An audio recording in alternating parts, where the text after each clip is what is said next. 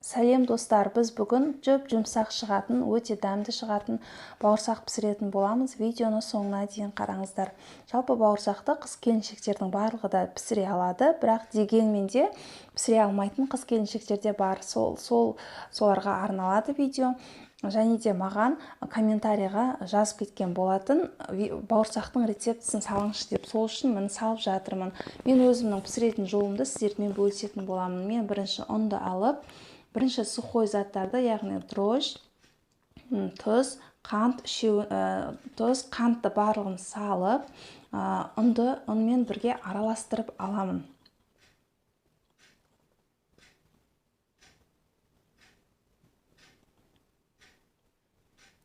Содан кейін барып, қаймақ, дүкеннің қаймағы болса да, қолдың қаймағы болса да бола береді.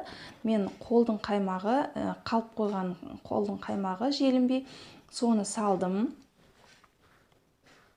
Майонез қоссаңыздар да болады, ол өз еркілеріңізде. Ол бауырсақ жалпы қаймақ не болмаса майонез қосатын болсаңыздар, кішкене жұмсақ болады. Сол үшін мен міндетті түрде қосамын. Одан кейін су қосамын, сөйтіп жұмсақ, әдемі қамыр илеп аламын.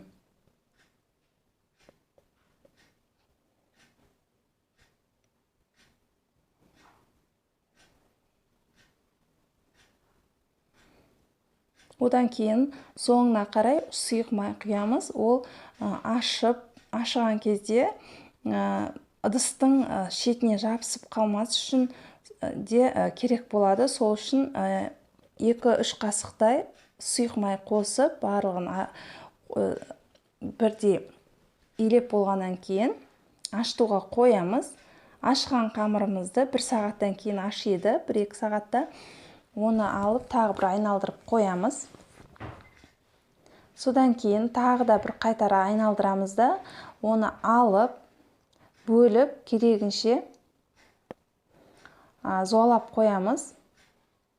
Мен осылай үлкен зуаланы бөлек қойдым. Тағы да жартысын 2-ге бөліп алып, оларды да кішкентай бөліктерге бөліп зуалап алдым.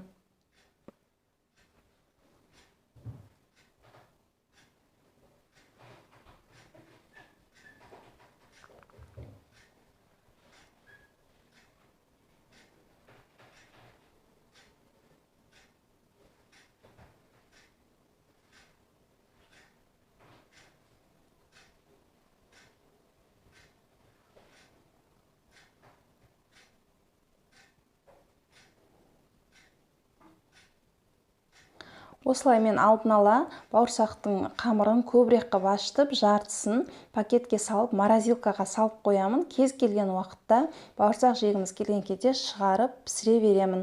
Міндетті түрде морозилкаға сақтау керек, холодильникке сақтасаңыздар бөлініп кетеді. Ал қалған қамырды жайып пісіре беремін. Домалақ қылып пісірсеңіздер де болады. Мен 4 бұрышты қылып тездетіп жұқа қылып пісіре салдым. Егер домалақ қылып пісіретін болсаңыздар, кішкене қамырларыңызды қалыңдау қылып жайып, домалақ формаларға келтіріп, тағы да көтерілуге қоясыздар. Ал мен осылай 4 бұрыштап турадым да пісіре бердім. Қызып тұрған майға 2 жағы қызарғанша қуырып аламыз.